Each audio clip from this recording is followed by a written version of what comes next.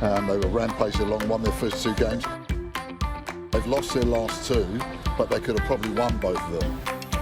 Fantastic looking facility there in the deep south. I'm sure they're going to come out firing tonight. From memory, he was leading last week. Are you going to be leading this week, or? From bottom with 6 points and second from bottom with 3. Yes and no. Yes and no. It paid off for them. They got a 2, double the 4 and won 6 points. Depends what the teams above them do, doesn't it? Welcome to the Bowls Hour, brought to you by Somerset Retirement Villages and Dynasty Apparel. This week we've had a change up in the co-commentator stakes, and I've got Mark Cameron here instead of Miles Davis, and together we're going to have a chat to Steve King, who's the secretary of the Rocky Nooks Bowling Club, Parajack Lynda Bennett, and lastly we're going to have a talk to Robyn Walker, who is the president of Takapuna Bowling Club. And I've run out of breath now, Mark, so how are you feeling? Yeah, that was very exciting. Thanks, Alex. Look, I don't know about change up, but I'm pleased to be here.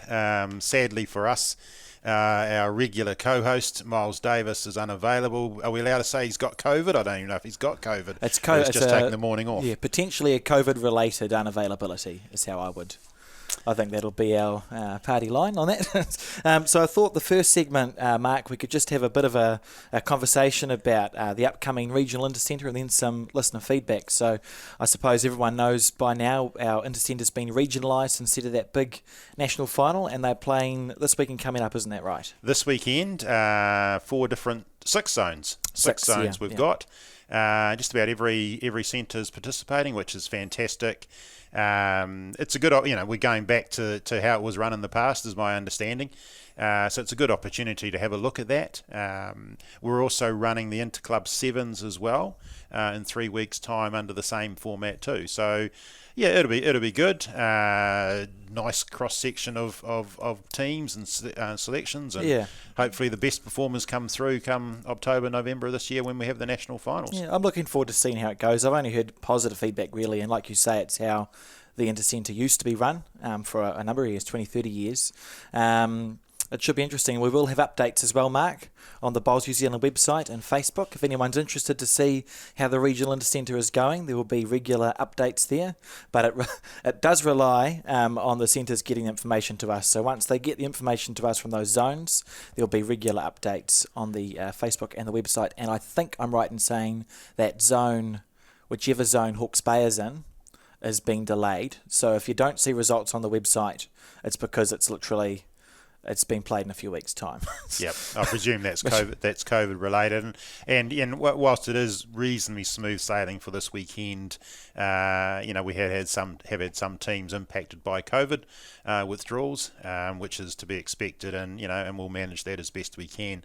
The other thing to add to your comms too is that my understanding is at least one, if not 2 centres are live streaming their finals as well. Brilliant. We know that Taranaki, which is zone, let's go 3 or 4. 3, I reckon 3. Yeah. 3, let's go 3. We know that Taranaki, that zone is going to pick up some live streaming, so I think that's exciting, and I understand there was someone else in the country as well. Oh, that's great. That will be interesting. And it'll be, I suppose it's a different feeling for players to go to that regional thing. It's like a 2-step process, isn't it, to make it to your national final instead turn up for that one weekend where it's... I think the irony is that that most of them have played exactly the same format in the same teams about 3 or 4 weeks ago as their preparation for the national Intercentre. So there'll be a little bit of familiarity to it, but at the same time, this is almost that last step before they head off to a national finals. Yeah, I think that's really exciting. It'd be nice to play the national finals this summer. COVID and where we're at right now, I think it's the wise decision was just to delay or postpone that till October of this year. Yeah, and at the end of the day, it's going to get played, and I can't see how that's a bad thing. I think we will have a 2022 Intercentre champion, men's and women's, this year. And I don't mind saying too, the one disappointment for me was that we were looking to include the Cook Islands in this year's national Intercentre. Now that won't happen under the zonal format, but we've rightly been criticised a little bit for that. But this is a great opportunity for us to help develop bowls in the Pacific Islands, the Pacific nations, and I think realistically, some of those nations traversing around the world, looking for international competition, that's just unrealistic financially. But to get some of those nations playing here in New Zealand in Aotearoa, on an annual basis, I think is really good, and the Intercentre feels like the right platform for them to play. A great initiative, I agree. That's good. And sort of talking of developing players and developed players, we've had recently an announcement, Mark, yesterday from the NZOC of our team going to the Commonwealth Games in Birmingham. If people have missed that announcement, would you like to read out the press release, or would you like me to do it? You're going to need to do it because I haven't brought my glasses into this session. But look, really exciting. The Parajacks going to the Commonwealth Games is a big part of our high performance plan right now. And the Parajacks are realistic medal chances in the 2022 Commonwealth Games. So we look forward to, we're really pleased with the team that has been selected. We look forward to their performance, and it's obviously a highlight for those selected, and we'll make mention of those that have missed out as well, I think. Cool. Yep. So I'll read it out now, and this can be found on I'm sure it'll be in various media things, but yes. So we've had 6 lawn bowls athletes named to the Commonwealth Games team. An experienced group of lawn bowls para athletes have been named to the New Zealand team for the Birmingham 2022 Commonwealth Games at an event at Carlton, Cornwall and Auckland yesterday. Pam Walker and Lynda Bennett have been named to contest the B6 to B8 Women's Pairs event, and that's a very good team. They played the Nationals together. Graham Scalern and Mark Noble have also been named in the team and will contest the B6 to B8 Men's Pairs event. On the other side, Sue Curran and director Bronwyn Milne, alongside Dean Robertson and Kevin Smith, have also been named to contest the B2 and B3 Mixed Pairs event, and we would like to make mention of Bruce Wakefield and Julie O'Connell, who are very, very close to the team, and it can't be an easy. All of those athletes, including the visually impaired ones that were that close, that's a really good team. You think with Pam and Lynda, what did they get down to the last 32 of the Open Women's Pairs Nationals this year? Very competitive, very competitive, and we know for those that follow bowls in the men's ranks, Graham Scalern's name and Mark Noble. Geez, there's too many Marks in this world. And Mark Noble. I mean, they're names that are at the top of able-bodied bowls in this country, having regularly representing their regions in the Intercentre. So both those sides are very, very strong. A little bit of disappointment. I imagine there's a lot of disappointment for Bruce and for Julie. Bruce, he's my favourite Parajack bowler by far. And if he is listening to the podcast, stay tuned, Bruce, because I think we may be talking to you a little bit later about some sort of TV involvement. But your performance at 2018 at the Commonwealth Games was fantastic, mate, and applauded for that. Julie, plenty of time for you to represent New Zealand, and I don't know whether we've made news of this yet, but in 2023 the World Championships on the Gold Coast. Yes. Those same para disciplines will now be part of the 2023 World Champs, and I think that's fantastic for bringing the para disciplines and the able-bodied disciplines together. So, plenty of opportunities going forward. But for now, celebrating those that have made the Com Games team, visually impaired, with Dean and with Sue and with their directors. First time opportunity for Dean. Sue's been there and played before, and I think she'll be looking to I hope she sure will be medal this time round. So look, I really, really look forward to those three combinations performing well at the 2022 Com Games. I can't wait. So I thought also we'd just have a chat about, so we've been doing listener feedback thing, Mark. I'm not sure if you've been listening to the podcast, you'll know we've been doing listener feedback. So we've spoken about junior bowlers, we spoke about the types of bowl that we use now versus a while ago. And when we were talking about the junior bowlers, I did move to handicap system, and I've decided that I was wrong. And David told me, Colin told me, Nick Thompson told me that I wasn't right with the handicap system. And I think they probably got a point, because I think it's difficult.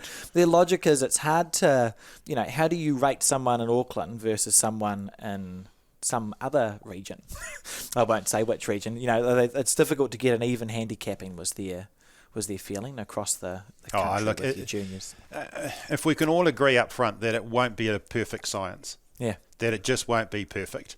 And you can say the same thing a little bit about golf. If someone who just plays on a easy golf course, and I know they've got course ratings, etc. But there's variations in golf you have to take into account. But if we agree it won't be a perfect science, and it's there just to, I guess, almost establish the really good from the good. From the beginners, not so good, then it can serve a purpose. It shouldn't be there to determine national titles, but it could be there to determine at club or even at competition level, if you want to level up the playing field so you don't have 4 very good bowlers together. If you said, well, okay, we'll take a B and a C graded player, and they're our triples combination, I think it can work, and it can work really nicely. Well, that's good. That's So what does that help? That's what I should have said to those 3 or 4 people. That's great. The other thing I was thinking about, because we spoke about rubber greens, which I didn't even know were a thing last week, but apparently we used to lay down rubber greens and paint them green. It staggers me how much better artificials must be now than what they were. Like, I can't imagine playing on a compressed rubber green, Mark. I can't think. Is there one? Is there other in New Zealand? Apparently there's one in Welsford, and there used to be one at Mount Eden. Brian Chapman said there was one at Mount Eden, and that brought a number of memories. Peter Thorne, there's a few people who commented about playing on this 20-second rubber green in Mount Eden. Sounds like something that would, the bowl would bounce. Yeah, apparently it didn't. Great for dumpers, is it? Yeah, apparently it didn't bounce. So that was interesting, I thought. But just considering how much better our artificials are now, I think is something worth thinking about. Well, yeah, as I said, we're looking for feedback. So if anyone's got any feedback on anything we say or have said or will say, please flick it through to info@bowlsnewzealand.co.nz. But in the meantime, coming up next, Mark, is Steve King, who is the secretary of Rocky Nook Bowls, here on the Bowls Hour.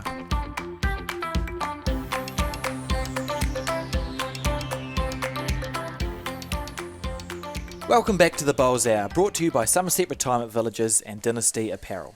Right, Mark, I've got Steve King on the line now from Rocky Nook Bowling Club, which I nearly got wrong, Rocky Nook Bowling Club. So who are you to Rocky Nook Bowling Club, Steve? Kia ora, guys. I'm the club secretary at the moment, and I'm also currently Bowls Development Officer for the club through funding from Auckland Bowls. And how long have you been in that role for? Well, I've been officially a Bowls Development Officer for a couple of seasons now, although I was probably doing all of those sort of Bowls Development roles before that, unpaid and it's sort of just as part of the committee. And I've been a member of Rocky Nook Bowls for about 7 years now, and on the board for about 5 of those, and the last 3 as club secretary. And this is my last season as club secretary. I'm going to stand down by enforced rotation, but I'm not leaving the board, and I'm not leaving the Bowls development role. Funding notwithstanding. Fair enough. So, Bowls, how did that happen for you? Like, what got you into the sport or the club at Rocky Nooks, Steve?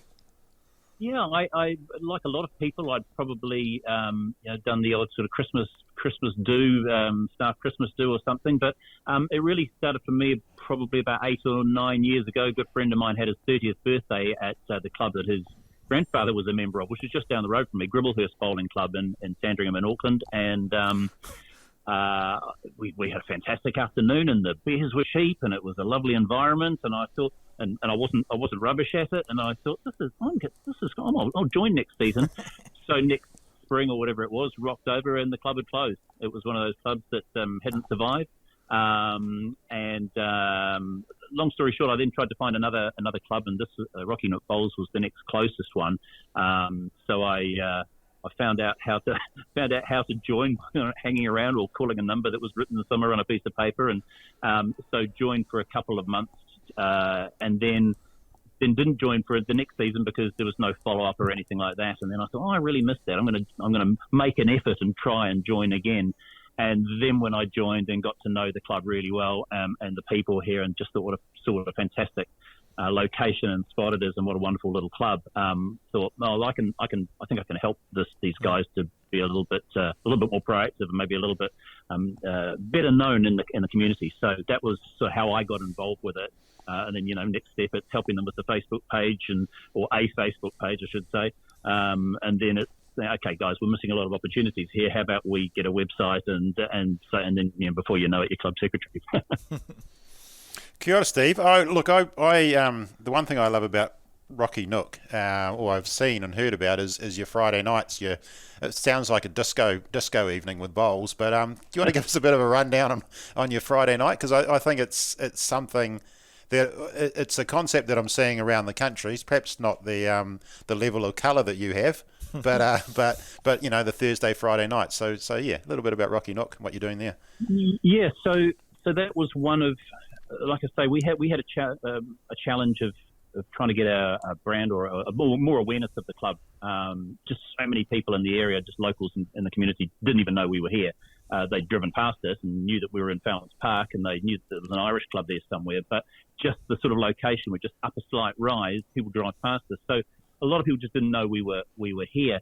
So one of the first things was to try and get open to the public a lot more. And we have a challenge, or we had a challenge, which we tried to turn into an opportunity, in that we don't run the bar here at the venue. The buildings and the venue itself, not the greens, but the clubhouse itself, was sold to the Auckland Irish Society about 11 or 12 years ago. So they run the venue, they take the bar. So opening hours and regular bar hours wasn't something that we had a lot of control over. But we were getting interest in the public coming along for, just to rock up and bowl when we did. But it was piecemeal. It was every now and again. So the first thing we said, look, we've got to have regular opening public hours. The public have got to know that if they come on a Friday or a Saturday or Sunday, it's going to be open. They can pay $10. They can have a bowl. So we came to an arrangement with Auckland Irish Society that we would do that. And then we were able to go, okay, well, Friday nights are obviously or Thursday nights, but let's start with Friday nights because the Irish Club was already open then for their members on a Friday night. Let's do something a bit more. And we were getting people to come along. And then it became, I've got quite a few friends who are DJs. And I thought, and one of them came along and said, this would be a really nice spot out on the deck here. This would be quite nice to play here. So then we discussed it a bit more, came up with this brand of Audio Jacks, just its name, that we could hang it on. And Audio Jacks is a Friday night, 5 till 8. There's a DJ here. The bar is open. The club's open. Anybody can pay $10 to come down and have a bowl. And so it's just trying to get that sort of fun atmosphere, another option for what people in the community can do. And because we've got a playground here with the Irish Club, it's a very family-orientated club because of that as well. So kids, plenty of room to run around. We just started getting more and more people coming along. Of course, just as we started to get that kicking off is when COVID hit. So we have had few and far between since then.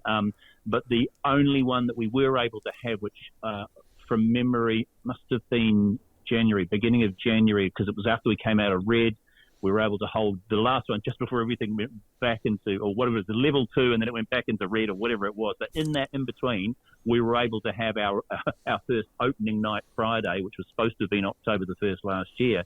And, we had 30 members of the public come down and bowl, and we had a food truck, and it was reinforce what we're missing by not being able to open to the public. But that's a long way of saying that's why we did it and that's how we do it. And we will certainly do it as soon as we can come out and get the bar open and get the public back in here again. We will be doing it.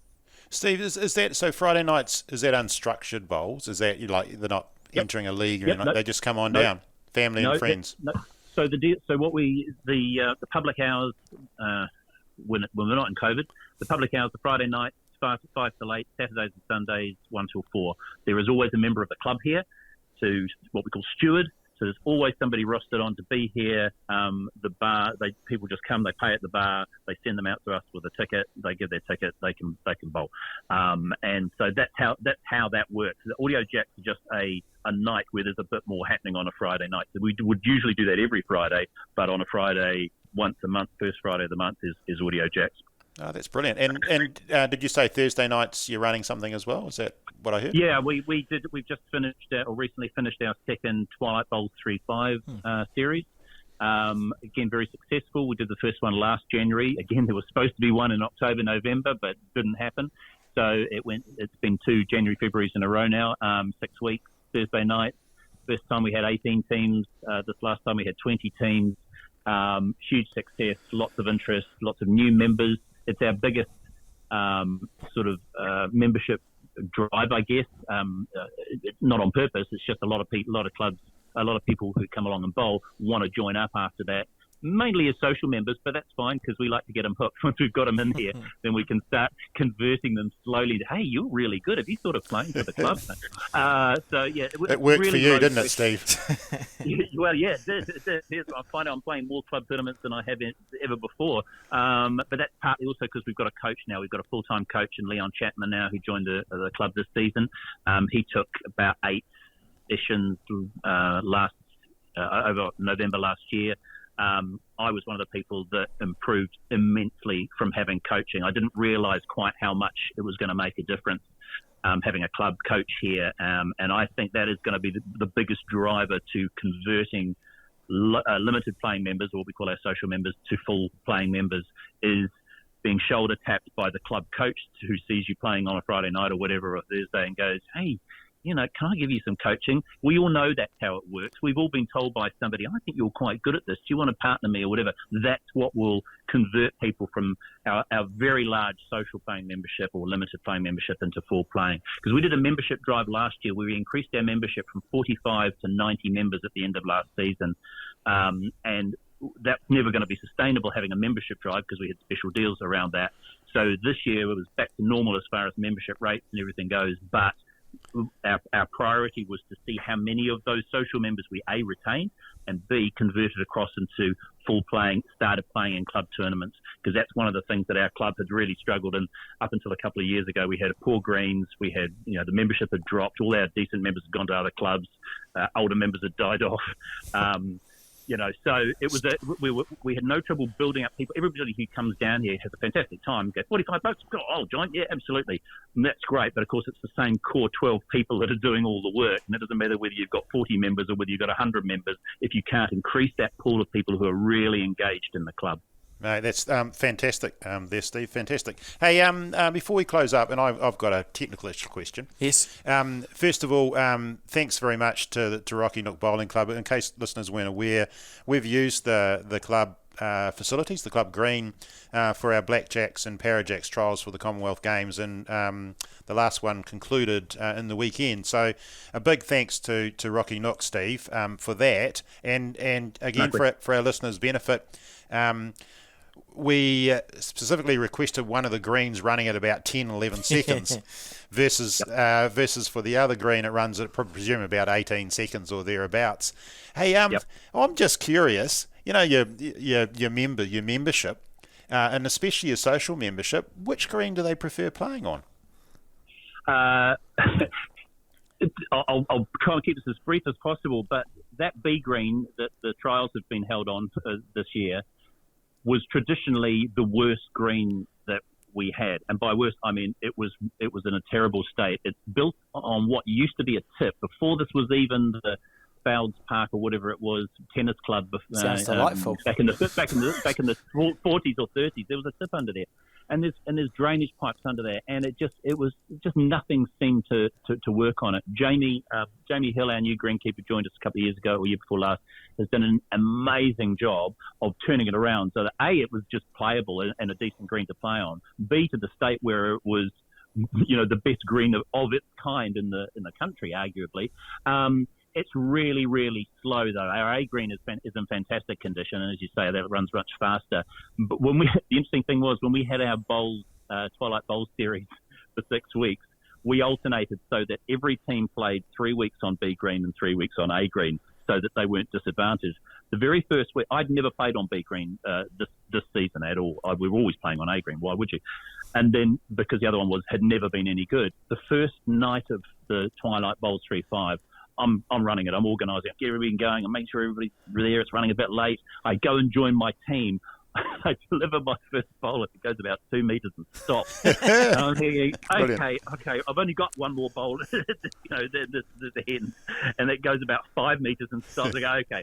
And of course, we're playing with bowls that are I'm playing with XGs that are better for artificial or faster greens, and so there's no bias on them, and so we had to get used to them. Once you were used to them, and you realise you really had to give it some welly, and you had to don't allow too much green, it was okay. But it's certainly much more challenging with the bowls that we play, whether it's barefoot bowls, that we've got for visitors, or our own bowls. I noticed, or I didn't realise until I saw the Blackjacks trialists here, that they were playing with bowls that are specifically, in a lot of cases, for that type of green. So it does make a big difference. I don't want to blame my tools being bad work, but I think I would always like the bowls to do what I was expecting them to do. Excellent, Steve. Hey, just to wrap it up though, just with Alex here, but just a big thanks to you and your club, for you to step up with that B green and help us out with your facilities and that. We're much indebted, and I know the high performance team, Blackjacks, Parajacks, are really appreciative. So cheers, Steve. Cheers. Well, we loved having them here. It was great having them. A lot of them were coming in the weeks leading up to it just to get some practice on it, and it was just great to see some new faces, and the fact that they all enjoyed themselves and enjoyed being at our club. That's what we want. We want people to have a good time here. Yeah, right. That was quite good to chat to Steve, wasn't it, Mark, from Rocky Nooks Bowling Club? Not short of a word, but that's good for a podcast. he makes a good bowls administrator. Yeah. Hey, Alex. Me. Yeah. I wouldn't want to comment. So I was going to ask, and I'm going to ask everyone, what's the funniest thing you've seen at bowls? But Steve sort of answered that when he said he turned up to Twilight Bowls 3-5 and chucked the bowl and it went 2 meters in front of him. I would have enjoyed watching that. But anyway, stay tuned to hear from one of our Parajacks, Lynda Bennett, here on the Bowls Hour.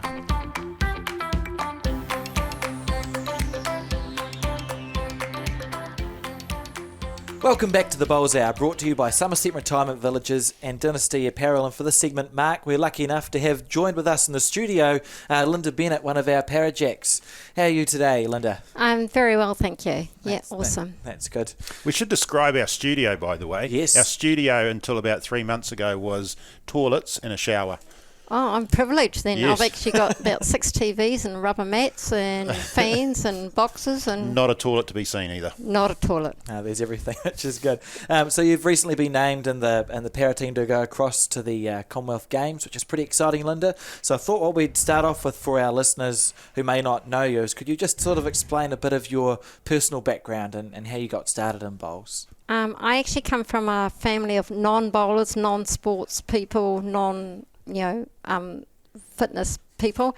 I used to live in a small town out by Pataro, Takapuna, called Arapuni, and the bowling green was the only place where you could actually buy alcohol. So every Monday night we used to go down there and have a bit of a roll-up just to have a couple of drinks. So that's how I started. But my first 2 years I was only just playing for fun. I didn't realise that there was bowls outside Arapuni really, and it wasn't until my 3rd year we moved to Tiramutu and I started playing a lot of bowls with a lady called Betty Gibson, whose sister was Dot Curry, and of course Leanne Curry also played for New Zealand. So in my 3rd year I was probably one of the best draw blowers in New Zealand, I would say, because I won the Worlds as a draw bowler, I won the Australian singles, and I won 2 Auckland titles. I won the Waikato Open pairs as a 3rd year bowler. So my 3rd year is probably my greatest year of playing bowls. So you've had a couple, just 1 or 2 achievements in bowls, Lynda. Oh, yeah, just a few. I've got a bit of a wall hanging at home. It's with amazing. Yeah. Do you get, what sort of reaction do you get from people when you tell them you're a bowler? Is there a surprise, or what do they react with? No, most of my friends and people around me know that I play bowls, and because when you're coming from a small town like Tiramutu, I see your photo in the paper again, so they all know me, whether I'm at the pool or whether I'm at the gym or out walking or riding my push bike, what I do. Most people know me, yeah. That must be cool to have that sort of community support as well. The community has been really good, but with COVID it's been a bit more difficult. The event centre usually sponsors me, so I have a year's free membership there. There's quite a few organisations in Te Aramutu that actually gave me sponsorship last time I went over to Glasgow, so I guess they will sponsor me again. But yeah, lucky to come from a smaller town and have that support group behind me. Yeah, that's brilliant. So you've been named to go to the Commonwealth Games, which are in Birmingham. That's where they are. That's good. That's good from me. Last time you played a Commonwealth Games, it was in Glasgow on the slow greens. So do you feel like you sort of know what to expect over there, Lynda? How are you feeling about the I'll go back to the year that in 2012 when we played in South Africa. I went to South Africa and played my own way, and no one told us that the greens were going to be so slow over there. And the first day, I could only put it up about halfway. So when we went to Glasgow, of course, yes, we were told to bowl on the croquet greens and just got better and better. But this time around, I'm actually a lot stronger and a lot fitter. Because I had to work harder, I'm older. Once you get a little bit older, you get a bit slack on getting out there and doing a few things. So this time before our trials, I made sure I was a lot stronger and fitter, and I think, more determined this time to actually get in the team. And I'm so honoured and proud to actually achieve that. Yeah. Well, it's a really. Can I jump in? Yes, now? yeah. It's a special little team too. And it's quite nice with the para disciplines now being female pairs and male pairs. Yeah. And a little bit about your partner, because I understand you did really well at the National Open Somerset Nationals. Yeah, I think we surprised a few people. It's the first time Pam and I have ever played together, so it was pretty difficult not knowing our signals or, what shots she plays and what shots I play better off. And so, it was a good team bonding effort for us, and, it worked well for us, yeah. It did. And who leads, who skips? What's the deal there? I'm not sure, but I prefer to lead, and Pam prefers to skip. She skips more than me, even though... she skips quite often. So, I think that's the way that they'll run it. Yeah. Pam, you know what you're doing now, don't you, Pam? You'll be skipping, Pam. Yeah. Well, unless, of course, the coaches change. Now, I recall back with when you first had your first trial, where was that, down in Dunedin, maybe? Yeah. That it was tough going for you at the start, but you came on quite strong after that. Oh, I remember the first trial was at Hamilton, and it was a wet morning, and I couldn't even put the bowl halfway up the green. I was really frustrated because I thought, I'm superhuman, I can do this. But down at Dunedin, it was a lot easier in a lot of ways because the green was actually a lot shorter than what I had actually been training on. So I was actually a lot heavier than I should have been. So it was just to pull back my weight a little bit and to get the same speed was a little bit easier, but because the green was so much shorter than what I'd been practicing on. Did you have to... Sorry, Mark. Yeah, Did you have to change your delivery much from the slow greens to the fast greens? I have. I actually hold the bowl a slightly further back in my hand for a start off, and I take a bigger backswing and a bigger step forward. Was that stuff you worked through yourself, or did you sort of talk to other people about those changes? It's a little bit of both. Just finding to get that rhythm going, the same rhythm all the time, because it's so easy now when I go back onto the fast greens to suddenly take a bigger step, and of course your bowl goes 100 miles an hour, So it's actually, for me, it's easier to go from the fast greens back to the slower greens, because you have to take that backswing, and you have to get your body to go forward to actually get the length, And so now the team's been named and you all know who's who. How much training are you expecting to do between now and going to Birmingham? Do you have a plan put out yet, or is that to come? No, the plan hasn't been put out, and unfortunately I've still got I've got a rec game and one more championship at my club, so the last 2 or 3 weeks I've only been practicing on the slow greens once a week, but as from next weekend, I'll probably be on the slow greens 4 or 5 times a week, and swimming and going to the gym, and just keeping myself stronger and fitter all the time. I presume you've got a Trans-Tasman in June. I believe so. Yes, you do. You do. Trust me, you do. We've booked your travel already, so good. So you better be going. I might want to stay over there yet. It might be good, and I think you're playing on a club called Tambourine Mountain. Yeah, Mount Tambourine. Mount Tambourine, which is pretty cool on the Gold Coast, and that's pretty good wine area too, by the way. Oh, is it? That'll be a celebratory wine, though, won't it, Lynda? Yeah. We were talking once the training's finished. Yeah, we were talking to Chris Lalive last week, Mark, and that's where he's been practicing in Australia as Mount Tambourine, and he said it was a good slow green. So that'll be a brilliant event for New Zealand and Australia to prepare for the Commonwealth Games. And is that our only preparation international competition before the Com Games in Birmingham? Yeah, largely. The squad will arrive in the UK probably about 4 or 5 days before they go into the village. And then there's another 4 or 5 days up until the opening ceremony. So you're going to be in the UK 10 days prior. I'm telling you all these things new potentially, but that's all right. 10 days prior to the Com Games. So you'll get a good 10 days worth of play on real UK greens, which I think is really, really important for the entire squad. Can I throw in another? I'm giving you news on all fronts maybe, but really exciting too that the 23 world champs next year on the Gold Coast. Oh, brilliant, isn't it? First time ever that the World Championships will include the para disciplines. And I think that's really exciting for the sport and bringing the para community into the fold. Yeah, I read that the other day and I was just so excited because, para bowls have sort of been left on the side burner for quite a while, and thanks to Mark and Bowls New Zealand, we're just forging ahead so much. It's great. Oh, look, and from our angle, in terms of promoting the game, we like to promote the game. We want to promote the game as being a very inclusive community. So whether it's ability, disability, whether it's ethnicity, whether it's gender, whether it's age, play the game. And I can recall, was it 2-3 years ago, the Parajacks on Bowls 3-5? Yes, that was brilliant. The most popular team in that competition, the most popular team by far. Yeah. And it's because New Zealand, Aotearoa, we've woken up to the fact that that we're just a big, what's that, melting pot? Sure, there was a song. Yeah, that works. There's a song about it somewhere. Yeah. That works. Okay, I've got one. I've got a bit of advice that someone told me for when you go to, it's Leamington Spa, isn't it? Yeah. So I've got someone on the inside.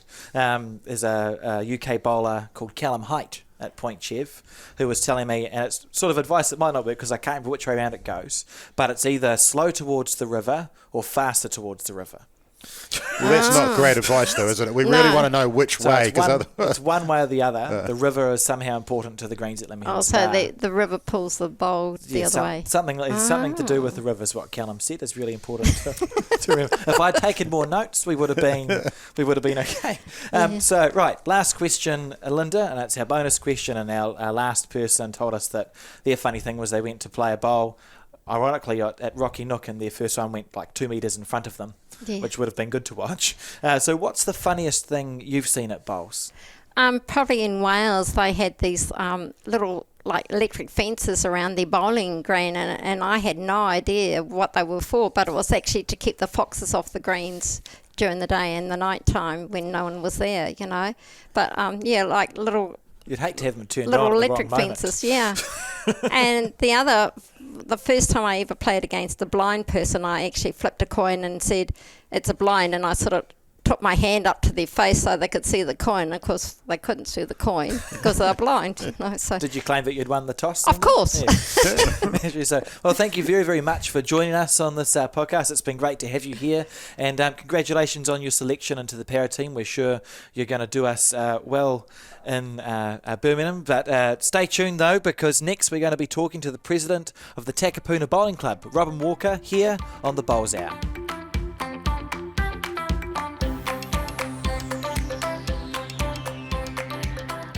Welcome back to the Bowls Hour, brought to you by Somerset Retirement Villages and Dynasty Apparel. So on the line now, Mark, I nearly called you Miles. On the line now, Mark, we've got Robyn Walker, the president of the Takapuna Bowling Club. So who are you to the Takapuna? Well, I've already asked. So how did you get into bowls then, Robyn? I've said that you're the president. So how did you get started? What was your start in bowls?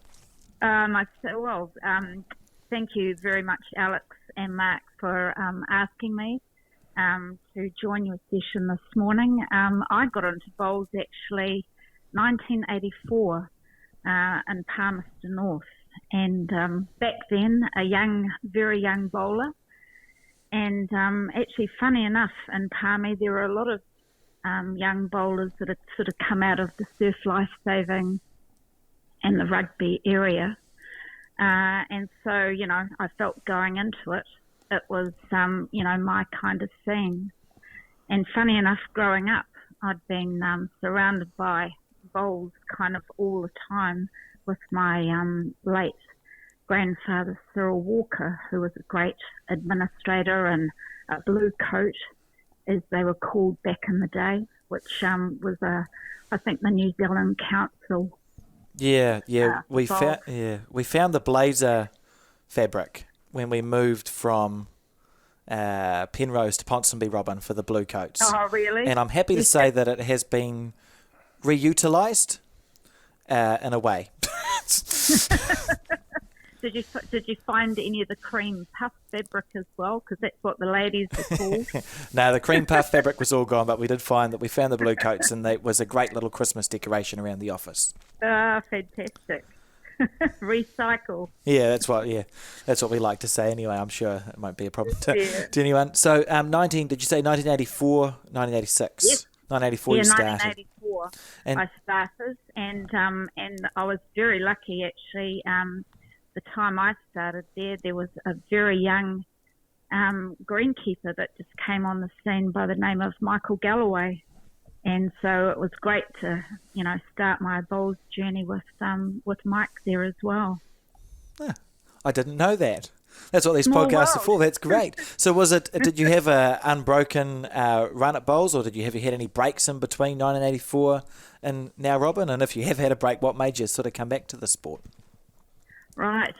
Well, I stayed in the sport for 5 years, spending a couple of years at Palmy. And then I moved to Wellington, having met a wonderful man called Brett O'Reilly, and went in for the next 3 years, went in, joined clubs including Thorndon and Central Petone.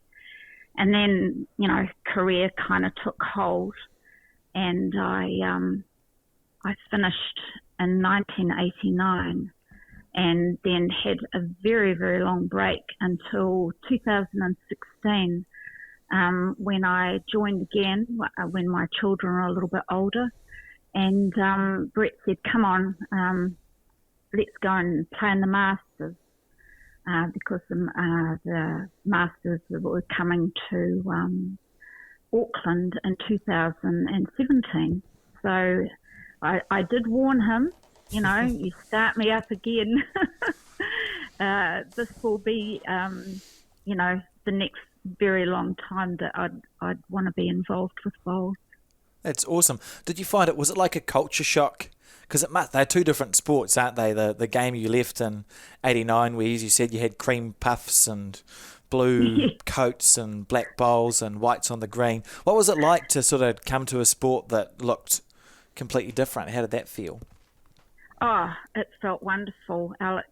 And, it was just lovely to get away from the certain lengths the woman had to wear and, the way we had to act, compared to, a much freer way of playing the sport. Excellent. That's the answer I was hoping to hear. That's great. Hey, I'm going to jump in, Robyn, and talk a little bit about your club, if I may. Congratulations, Takapuna Bowling Club, not only Somerset New Zealand Club of the Year, Bowling Club of the Year, but I understand too that you're also the Bowls North Harbour Sporting Club of the Year. So and the Sport North Harbour Club of the Year as well, I think. Is that not the same thing? No, because Bowls North Harbour's the Bowls. Oh, yes. Yeah. Yes, sorry, I got all my words wrong there, didn't I? Sorry, Robyn. They're just the Club of the Sport Year. North Harbour. Club of the Year and the Sport North Harbour. Congratulations. Yeah. Congratulations to the club. Look, I'm sure it was a big team effort in terms of your award, but anything that sort of stands out for you there in terms of what the club's managed to achieve probably over the past 12 to 36 months? Yeah, well, I think, we've, especially in the last 2 years, with COVID-19 coming to our shores, we've managed to build up, more than just having a club with people in it. We've become more of a family where everyone's, looking after each other. When we've had those really long lockdown periods that have been very restrictive, we've found that club members that are on their own, have sought out other club members that are on their own and gone for those, walks, and just made sure that they've kept in contact with each other. We've communicated hugely with all our bowlers, and there's been a huge feedback from them, just saying that they feel more part of the club now than what they did when they started, and new people coming in can really feel that sense of belonging to the club, because we try to be as inclusive as possible with everything we do, whether it's celebrating people's successes or, making sure that everyone is getting into the team to go into events like Bowls 3-5, for example, that our centre, Bowls North Harbour Centre, had 2 weeks ago. We put in 20 teams, and we mixed up the teams and made sure that, the bowlers that bowl, in the roll-ups every week, that they had an opportunity just as much as the competitive players do, and made sure that we mixed, the selectors mixed up the teams. So, we're really trying to progress and make sure that everybody has an opportunity to play bowls. It's funny how you we were talking about blue before, but the blue wave, I think, is I was going to say that. You've tagged it, you've branded your development. You'll be bringing out the blue blazers at some stage. Do we need to recycle that material? I think they're a bit beyond. Oh, is it? We'll give you a patch. A bit beyond clothing now. You can all have patches. You can have blue patches. Hey, Robyn, I want to pick on a couple of things with your club, and that, I don't know whether they're noticeable to you, but mightily impressed by the work done with your facility, and I just wonder how important you feel that is in terms of your membership and keeping people, because you've done a heck of a lot of work modernising. Making it look, 21st century New Zealand club as opposed to 20th century. So, thoughts on your facility? Yeah, well, that's actually been our main driver for that, has been our chairman, Graham Doreen. When he joined the board, he started the ball rolling and modernising our facility so that it was definitely, more attractive to us as the bowlers being there, but also for all our corporate days, because, as you know, we can have meetings upstairs for, say, 30 people, and then also we can hold, I think it says about up to 160 downstairs, but we can, we've got those nice big doors that we can open up with a little terrace outside where we've got outdoor seating, and seat a whole lot more people. Not that we can at the moment under the current restrictions, but, it gives the club certainly visually a very nice appeal to people coming. That's great. Now, look, congratulations to the club, to the membership, to the committee for all the work you've done there, because, we thought it was pretty special when you won our national award. Yeah. We thought that should have been top of the Obviously, pops. that's the top one. but to win the North Harbour one as well. We've still got the big poster, yay. Thank you very much for joining us, Robyn. It's been a great conversation, but I'll bid you adieu and let you go back to whatever it is, Takapuna bowling clubbing. But it's been great to have you on. I'm sure we'll have you on again, because Takapuna is only going to be doing some pretty cool things going forward. So thank you. Wonderful. Thank you for inviting me. Thanks, Robyn. What did you think of that, Mark? That chat with Robyn Walker, president of Takapuna Bowling Club? I enjoyed them all. Different chats. It's nice to get that Rocky Nook Takapuna feel to how the some of the clubs are going around the country, but also nice to celebrate the Parajacks. Now, is it my job here to then ask you what your funniest moment... Oh, in fact, it is my job to ask you what your funniest moment is in a bowls green in your, I don't know, 30-year career? Yes, I've been playing for 20, but that's indoor and outdoor. And the funniest thing I've seen was actually at indoor bowls. I used to play with... it doesn't count then. No, it's funny. It's good. Okay. It's a lady called Alison Cowan is her name, and she was... Is she going to be happy with this? She'll be fine. Okay. She wasn't young, but she's not old. She's just, I used to play pairs with her, and she may or may not have had... maybe indulged in a couple of glasses of red wine the night before. And she played her first bowl, and in indoor bowls, you kneel down to play your bowl, and she played her first bowl, and she teetered a little bit, and then she just fell on her face. and it's no not live funny. Streaming in those it's days. not funny, but when you see that happen, it's worth a chuckle or two. She took it well. She's like, it's probably the wine. So yeah, that was my funny thing. But you watch bowls. I've seen people lose their teeth at bowls. Look, you're not going to ask me, but you can ask me now because I've just remembered a funny story. What's your funny story? It's very similar mate? to your teetering one. It's the classic in the club rooms, and outside the club rooms they've got the pillars. Yes. And this lovely lady, as she's walking past, she waves to me I'm sitting inside the building. She waves away, and then she turns around. She walks straight into the pillar. And it's one of those moments that you just recall and you went bang. And then when you do that, you've got two options. Yeah. You can act as though no one's seen you do it, or you can just, own the moment. Own the moment. No, she went down the first path, which was pretend as though nothing happened. But everyone in that club room saw her do this. That's and great. She bang, bang, and she walked off. I would have paid to watch it. That's very funny. That's a good note to finish on. So yeah, thanks to our listeners. Thanks for joining us for this episode of the Bowls Hour, the show for all things bowls. And don't forget to share this. Don't forget to share this podcast far and wide. You can find us on Spotify, YouTube, Apple Music, Facebook, and last but not least, the Bowls New Zealand website. We're everywhere. So tune in next week for more conversation. And until then, roll on. They were rampaging along, won their first two games. They've lost their last two, but they could have probably won both of them.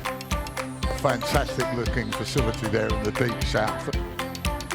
I'm sure they're going to come out firing tonight. From memory, he was leading last week. Are you going to be leading this week? Or For bottom with 6 points and second for bottom with 3. Yes and no. Yes and no. It paid off for them. They got a 2, double the 4 and won 6 points. Depends what the teams above you do, doesn't it? The Bowls Hour, brought to you by Somerset Retirement Villages and Dynasty Apparel.